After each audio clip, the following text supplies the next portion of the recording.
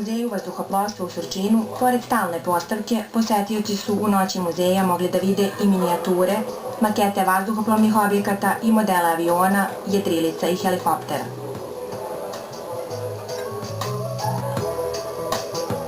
Muzej vazduhoplovstva je za ovu priliku pripremio izložbu vazduhoplovna arhitektura, gde je prikazano niz maketa nekadašnjih velikih vazduhoplovnih građevina koje su postojale u Beogradu, neke od njih i danas postoje.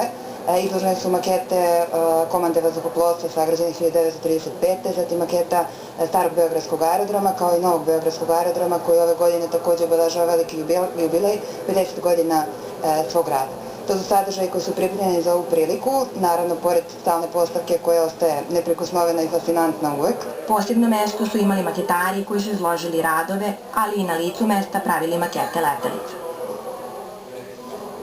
Predstavili su se i maketari iz 204. vazduhoplovne brigade Vojske Srbije.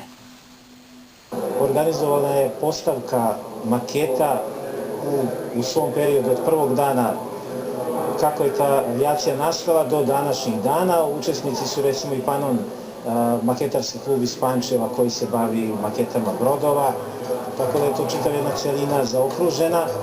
U sklopu Maketarskog saveza Srbije od ove godine su punopravni članovi i maketari 204. vazduhoplovne brigade koji su se svojim štandom se danas prikazali.